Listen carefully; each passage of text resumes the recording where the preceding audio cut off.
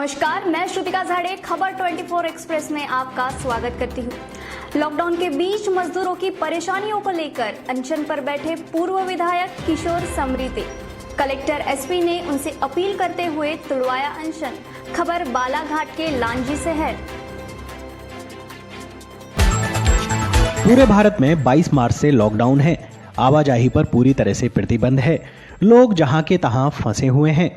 इनमें सबसे बड़ी परेशानी मजदूर वर्ग की है, जो रोजी रोटी की तलाश में अपने घरों को छोड़कर दूसरे प्रदेशों में काम कर रहे थे, लेकिन लॉकडाउन के चलते उनके काम धंधे सब बंद हैं। इस वजह से लांजी के पूर्व विधायक किशोर समरीते अनशन पर बैठ गए। उनकी मांग थी कि 60 करोड़ से अधिक भूखे प्यासे मजदूरों को 1 मई मजदूर दिवस से पहले सभी को उनके घरों तक सुरक्षित पहुंचाना है तथा उनकी 11 सूत्रीय मांगे थी, जिनको लेकर वो रविवार को लांजी में बेमियादी हड़ताल पर बैठ गए थे। यह अनिश्चितकालीन धरना प्रदर्शन लांजी मुख्यालय में किया जा रहा था, लेकिन बालाघाट के कलेक्टर और एसपी ने उनसे अनशन तोड़ने की अपील की थी, जिसके बाद कलेक्टर और एसपी ने खुद लांजी आकर किशोर समरीते को अपने हाथों से पानी पिलाकर उनका अनशन तोड़वाया। लांजी से डॉक्टर कन्हैया मराठा की यह रिपोर्ट देखें।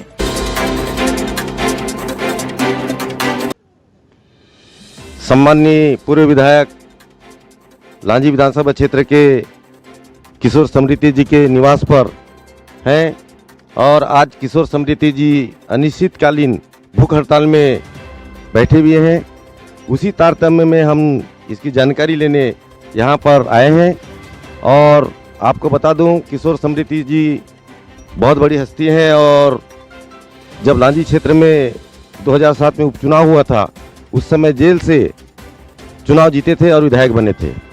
तो आज ऐसी कौन सी परिस्थिति आ गई जो आज कोरोना वायरस के महामारी के चलते आज जो 25 मार्च से लॉकडाउन हमारे पूरे देश में लगा हुआ है, लेकिन किशोर समरीते जी आज यहाँ पर भूख हड़ताल में बैठे हैं। हम उनसे जानना चाहेंगे कि वो किस कारण, किस बात को लेकर के यहाँ पर भूख हड़ताल में बैठे हुए हैं। तो समरीते जी, आप बताएं कि आज जो इस महामारी के समय पर आपको क्यों धरने पर बैठने की आवश्यकता पड़ी? देखिए, 22 मार्च से लॉकडाउन है। देश में कोरोना फैला हुआ है जनवरी से। सरकार ने वुहान से बड़े संपन्न लोगों को प्लेन से ले आया, बड़े परिवारों के बच्चों को भी ले आया, लेकिन सरकार ने कभी किसान और मजदूरों पर ध्यान नहीं दिया। 22 मार्च से लॉकडाउन जो WHO की जो गाइडलाइन है उसके हिसाब से 10 जून तक होना है और इस देश के कम से कम 60 करोड़ मजदूर जिनको अपने घरों में जाना है। आपको पता है कि भारत भावनात्मक देश है। बिना माँ के बच्चे नहीं रह पाते, चाचा मामा भतीजा, तो पूरा परिवार बिखरा पड़ा हुआ है और लोगों के सामने जीवन मरण का प्रश्न है कि लोग कैसे जाएं। लॉकडाउन में सरकार ने ट्रेनें बंद कर दी, बसें बंद कर दी कि सरकार का भी एक ठीक पक्ष है कि भी लॉकडाउन रहेगा तो बीमारी नहीं फैलेगी, लेकिन सवाल है कि लोग अपने बिना परिवार के कैसे रह पाएंगे। परदेश में नाली के किनारे पड़े हैं, सड़कों के किनारे पड़े हैं, जो ठेकेदार उनको लेके गया उनको छोड़ के भाग गया। तो इन मजदूरों के बारे में तो आपको सोचना पड़ेगा। तो भारत सरकार ने इन मजदूरों के बारे में सोचा नहीं, राज्य सरकारों ने मजदूरों के बारे में नहीं सोचा और 734 जिले के जो जिला प्रशासन है उसने नहीं सोचा। इसलिए हमने सोचा कि जब 1 मई मजदूर दिवस है और भारत का मजदूर यदि 1 मई तक अपने घरों तक नहीं पहुँचेगा और सरकार यदि उनको पहुंचाने के दिशा में कारगर कदम नहीं उठाएगी तो तब तक हमारा धरना जारी रहेगा। और 1 मई को हमने सोच के रखा है कि सरकार यदि नहीं पहुंचती तो देश का, दुनिया का जो सारा मजदूर है अपने घर के आंगन में निकल के थाली गंजी बर्तन बजाएगा, सरकार का विरोध करेगा। तो हम इस बात को लेकर बैठे हुए हैं। तो समरीते जी, जैसे हमारे कुछ जानकारी में है, कुछ लोग हैदराबाद से आए हुए हैं और पैदल आए हुए हैं और जो बड़े मुश्किल से जो 200-400 किलोमीटर पैदल चल करके आए थे, उन्हें पुलिस वाले ने रोक करके उनको पुनः वापस गाड़ी में बिठाल करके 100 किलोमीटर पीछे छोड़ दिए। पुनः उनने 100 किलोमीटर का रास्ता तय करके पैदल अपने गंतव्य तक के पहुँचे हैं और आज यहाँ पर क्वारंटाइन में है। उनसे सब जानकारी लेते हैं, उनके पाँव में छाले आ गए हैं, लेकिन सरकार इस पर नज़रअंदाज कर रही है। जबकि सबसे बड़ा पहला काम उनका ये होना चाहिए था कि जो बाहर जो फंसे हुए जो मजदूर हैं उनको लाना चाहिए था। यहाँ पर सबसे पहले जो कोरोना किट के माध्यम से यहाँ पर सबकी जांच होना चाहिए था, ब्लड टेस्ट होना चाहिए था, लेकिन ये ना हो करके सिर्फ उनको चमकाया जाता है, डराया जाता है और उनको आने वाले को वापस भगाया जाता है, इसके बारे में आप क्या कहना चाहेंगे? देखिए, कोरोना महामारी के खिलाफ जो सरकार ने जो शंखनाद किया हुआ है, उसमें प्रधानमंत्री की भाषा अलग है, मुख्यमंत्री की भाषा अलग है, जिले में कलेक्टरों की भाषा अलग है। अमीरों को नमस्कार और गरीबों को सड़कों पे बैठो, लाठी खाओ, बैठक लगाओ, मुर्गा बनो। जो जनता तुम्हें सम्मान से वोट दे के भारत का प्रधानमंत्री, मुख्यमंत्री, विधायक, सांसद बनाती है, उस जनता का सड़कों पे अपमान हो रहा है। क्या इन गरीबों ने लाया क्या कोरोना इस देश में? गरीब तो आपको सपोर्ट कर रहे हैं, गरीब तो इस देश की पूंजी है, इस देश की अर्थव्यवस्था है।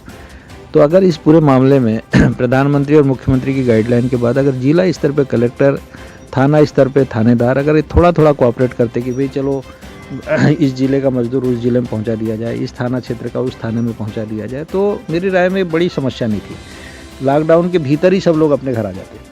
लेकिन इन लोगों ने तो ऐसा एक अभियान चलाया जैसे कि इस देश में बिल्कुल अघोषित इमरजेंसी। प्रधानमंत्री बोलता है कि भाइयों 21 दिन में 18 दिन में महाभारत की लड़ाई जीती गई थी, 21 दिन में हम कोरोना ख़त्म कर देंगे। उसके बाद कहते हैं कि हम 3 मई तक, फिर बोलते हैं 10 जून तक। तो एक प्रधानमंत्री है, वो जनता का पर्याय, जनता का आइडल है, लेकिन उसकी भाषा में झूठ। एक दिन पहले दिन कहा कि 1 ही दिन का लॉकडाउन, उसके बाद 25 तारीख को कह रहा है कि 21 दिन का लॉकडाउन, फिर कह रहा है 3 मई का लॉकडाउन, अब कहेगा 10 जून का लॉकडाउन। तो एक देश का नेता है, जनता 134 करोड़ जनता का प्रतिनिधित्व करता है, उसकी जबान में एक बात होनी चाहिए, उसके संबोधन में एक जनता के प्रति विश्वास होना चाहिए। लेकिन अगर वही आदमी झूठ बोलेगा तो नीचे स्तर पे प्रशासन तो जनता के साथ जो करना है वो करेगा। वो तो ईस्ट इंडिया कंपनी का स्टील फ्रेम है, वो तो इस देश में रूल करने बैठा, वो तो चाह ही रहा है कि इस देश का नेता कमजोर हो, लोकतंत्र खत्म हो जाए और हम यहाँ पे ताकतवर बने। सबसे बड़ी अच्छी बात तो समृति जी ये रहा कि जो भी वहाँ से जो मजदूर वर्ग जो आ रहा है, अभी तक के जितने भी मजदूर वर्ग यहाँ पर आए हैं, कोई भी कोरोना से ग्रसित नहीं है, उनका और बहुत ही स्वस्थ हैं। 700 किलोमीटर पैदल आने के बाद में भी आज भी स्वस्थ हालत में है। तो उनका इम्यूनिटी पावर इतनी अच्छी है क्योंकि मेहनत का आदमी है। लेकिन उनका सबसे दर्द है कि गांव छोड़ करके और अपना प्रदेश छोड़ करके जो बाहर बैठे हुए हैं, जिनको खाना नसीब नहीं हो रहा था और जो अपने परिवार से बहुत दूर थे, आज उनका दर्द देखा नहीं जाता था, वो आज पैदल पैदल यहाँ तक के पहुँचे हैं। तो आज इन्हें विशेष रूप से इनको लाने की व्यवस्था करनी चाहिए। और इसके बारे में आप क्या कहना चाहिए? देखिए, मेरा कहना है कि 28 राज्य हैं, 9 केंद्र शासित प्रदेश हैं, यहाँ की सरकारें, जिला प्रशासन है। हमारे मध्य प्रदेश के 51 जिलों के लगभग 18 लाख मजदूर हैं। बालाघाट जिले के 8.5 लाख मजदूर हैं। लांजी क्षेत्र के 80,000 मजदूर हैं। इसमें कई मासूम बच्चे हैं, गर्भवती महिलाएं हैं, पैदल चल के आ रहे हैं। अभी सरकार ने मात्र गुजरात के मजदूरों को बुलवाया, लेकिन मुंबई में फंसे मजदूर, पुणे में फंसे मजदूर, चेन्नई में फंसे मजदूर, हैदराबाद में फंसे मजदूर, करीमनगर में फंसे मजदूर, इन मजदूरों पे सरकार का बिल्कुल ध्यान नहीं है। तो हमारा कहना है कि ये मजदूरों को किसी भी कीमत पर सरकार, चाहे 1500 बसें लगे, 3000 बसें लगे, एयर इंडिया के बोइंग विमान लगे, एयरलाइंस के बोइंग विमान लगे, तो इन विमानों से उनके समीपस्थ एयरपोर्ट तक यदि पहुंचा देते हैं तो वहाँ से फिर राज्य सरकार और जिला प्रशासन की ड्यूटी है कि उनको वहाँ तक पहुँचाए। तो कोई बड़ा भारी काम नहीं, 2-3 दिन में सारा काम हो जाएगा। तो हमारा कहना है कि ये पूरा का पूरा काम मजदूर दिवस तक, हम तो बैठे हैं धरने पे इसी बात के लिए कि 1 मई तक इसको पहुंचाया जाए, और नहीं तो फिर इस सरकार के लिए एक बड़ी समस्या होगी। 1 मई से बारिश, आपको पता है बारिश में गांव तक मजदूरों को कैसे पहुंचाएंगे? पहले तो सबसे बड़ी बात, खेती बाड़ी का काम कैसे होगा बिना मजदूरों के? आप लॉकडाउन, तो ये कौन सी 7वीं पीढ़ी है क्या जो घर में बैठे खाना खाएगी? कि प्रधानमंत्री पूरे देश को पाल लेगा? लोगों से एक तरफ तो आप चंदा मांग रहे हो, आप ज़रा सोचिए तो कि कैसे पालोगे लोगों को। तो इन मजदूरों को हर हाल में उनके घरों तक सरकार को पहुंचाना चाहिए और सारी व्यवस्था करना चाहिए। तो समृति जी, आपका कहना ये है कि जो चंदा वसूली जा रहा है, उस प्रकार से जो चंदा आ रहे हैं, उस प्रकार से शासन खर्च नहीं कर रही है, और लोगों का जो सहयोग करना चाहिए उस प्रकार से नहीं हो रहा है। 15,000 करोड़ रुपए भारत सरकार ने बजट दिया, 20,000 करोड़ का संसद भवन बन रहा है। मैंने तो ये भी कहा कि जो 20,000 करोड़ का संसद भवन बन रहा है उसको रोको, अभी उस पूरे पैसे कोरोना में लगाओ। और जो PM केयर फंड में जो पैसा जमा हो रहा है, और जो CSR मद का पैसा है, श्रमिक कल्याण का पैसा, पूरा का पूरा पैसा इस समय मजदूरों के कल्याण में, मध्यम वर्ग जो इस समय बिल्कुल हैंड टू माउथ है, खराब स्थिति में, उसके खातों में पैसा डालो। क्योंकि पहले भी सरकार ने 15-15 लाख की बात, चलो वो एक अलग दौर था, चुनाव जुमला था, लेकिन आज तो ज़रूरत है, आज तो आवश्यकता है। आज तो घरों में बैठे बैठे लोग क्या खाएंगे, क्या पिएंगे, कैसे रहेंगे? तो सरकार को अपनी जिम्मेदारी को निभाना चाहिए। जुमलों से या हवाबाजी से न बात करके लोगों के परिवार के उनके जीवन मरण पे सरकार को ध्यान देना चाहिए। सर मैं अंतिम सवाल ये करना चाहता हूँ, आज जो आयुष के जो डॉक्टर हैं, जो अशासकीय चिकित्सक कहलाते हैं, उसे तो बाकी समय पर मतलब शासन और प्रशासन द्वारा कोई महत्व नहीं दिया जाता, बल्कि उनको डराया जाता है। लेकिन आज महामारी के समय पर आज उन्हें नियुक्ति दी जा रही है, चाहे वो क्वारंटाइन क्षेत्र में हो, चाहे उसे कहना चाहिए अपने चेक पोस्ट पर, और उनसे पूरा 3 महीने की ड्यूटी दी जा रही है। लेकिन मैं जानना चाहूँगा कि सरकार क्या उन्हें मानदेय देगा, या उन्हें मानदेय देना चाहिए या नहीं देना चाहिए। हालांकि आयुष के डॉक्टर समर्पित होकर के सेवा भाव से अपना काम इस देश के लिए निछावर कर रहे हैं, अपने प्रदेश के लिए निछावर कर रहे हैं, अपने लोगों के लिए, मजदूरों के लिए निछावर कर रहे हैं। लेकिन क्या इन्हें मानदेय दिया जाना उचित होगा? देखो, मैं आपको बहुत बढ़िया बात बताता हूँ। भारत वही देश है जहाँ 4 वेदों की रचना हुई है। भारत वही देश है जहाँ पे यजुर्वेद बना। भारत वही देश है जहाँ पे आयुर्वेद बना। और भारत वही देश है जहाँ राजवैद्य होते थे, ऋषि मुनि जड़ी बूटियों से इलाज करते थे। अब तो होम्योपैथी, आयुर्वेदिक, यूनानी, ये तमाम डिग्रियाँ लोगों को मिलने लगी। मेरा कहना है कि जो लोग भी अपनी वैद्य और जो डॉक्टर का एक जो वो होता है, उसको क्या कहना चाहिए, उसके अंदर जो इंसान अगर उसको इग्नोर कर रहा है इस ख़राब दौर में, तो उसकी तो डिग्री जब्त कर देना चाहिए और उसके खिलाफ कार्रवाई करनी चाहिए। लेकिन जो सरकार लगातार कहती झोला छाप डॉक्टर, झोला छाप, उनको पता ही नहीं कि ये देश तो वैद्यों का देश है, राजवैद्यों का देश है। पहले तो कुछ होता नहीं था, ये हम छोटी छोटी जड़ी बूटी खा के हम छोटे से बड़े हुए। तो उन वैद्यों को जो निस्वार्थ भाव से सरकार की मदद कर रहे हैं, गरीबों की मदद कर रहे हैं, लोगों के क्वारंटाइन सेंटर में जा रहे हैं, उनको प्रमाण पत्र देना चाहिए और इस पद्धति को सरकार को आगे बढ़ाना चाहिए। क्योंकि गाँव में आखिरी समय में, मतलब सबसे पहले अगर कोई काम आता है तो वही हमारा झोला छाप जो डॉक्टर होता है, वही लोगों के प्राण बचाता है। क्योंकि प्राथमिक स्वास्थ्य केंद्र या सामुदायिक स्वास्थ्य केंद्र तो वहाँ से 10-10, 20-20 किलोमीटर की दूरी पे है। तो ऐसी स्थिति में जो गांव का हमारा डॉक्टर है, उसके प्रति सरकार का नज़रिया बहुत ही पॉजिटिव होना चाहिए और इसका उनको प्रमाण पत्र देना चाहिए और उनको इजाज़त पूरी मिलना चाहिए कि इस देश में वो निःशुल्क अपना काम कर सके। और जो अभी जो कार्य कर रहे हैं उनको भी उसी मैंने बोला, अभी जो काम कर रहे हैं उन्हीं को आगे पूरा काम करने की पूरी छूट मिलनी चाहिए। क्योंकि जो लोग इस महामारी से नहीं डर रहे हैं, निश्चित उनके अंदर पावर है। और भारत में कोरोना का जो ऑप्शन मैंने बोला, ये समशीतोष्ण कटिबंध है, यहाँ की गर्म जलवायु है। दूसरा यहाँ का जो खान पान है वो कार्बोहाइड्रेट बेस है। तो कोरोना जो होता है गर्म इलाके में असर नहीं करता, कार्बोहाइड्रेट पे असर नहीं करता, वो प्रोटीन पे असर करता है और ठंडे प्रदेश में असर करता है। तो भारत में उसका असर नहीं होगा। तो आज हमारी चर्चा किशोर समृद्धि जी से हुई और आज आप देख रहे हैं पूरे देश में लॉकडाउन का दौर चल रहा है। आज जितने भी बड़े से बड़े डॉक्टर और नर्सिंग होम और सारे चीज़ें ये आज बंद हो चुके हैं।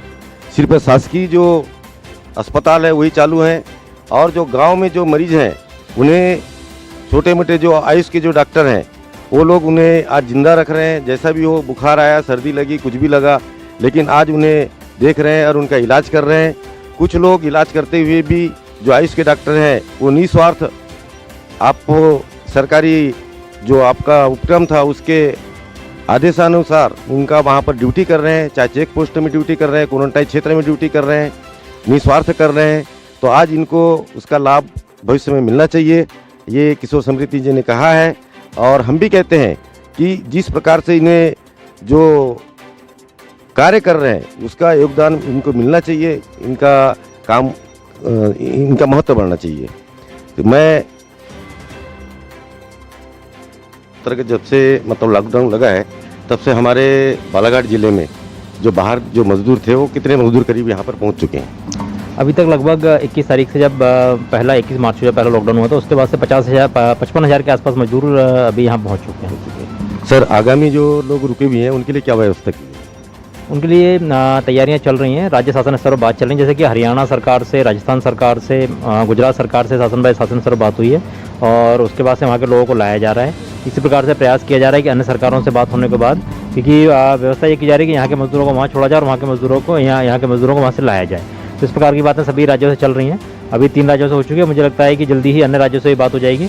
बालाघाट जिले के जो मजदूर, उनकी जानकारी बालाघाट जिले के द्वारा भेज दी गई है। कितने मजदूर हमारे हैं? हमारे सबसे ज़्यादा मजदूर तेलंगाना में है, लगभग 9,500। उसके बाद महाराष्ट्र में 6,000 के आसपास मजदूर हमारे हैं, उनको लाने का प्रयास किया जा रहा है। सर ये कब तक क्या जाएंगे लगभग, क्या अंदाजा है अपना? ये राज्य शासन स्तर पर चल रहा है और एक नया आज और प्रारंभ होने की एक सूचना है कि जो सामुदायिक रूप से आना चाहते हैं उनको अनुमति का और ऑप्शन आ रहा है, तो अनुमति दे दी जाएगी और उसके बाद वो स्वतः भी आ सकते हैं।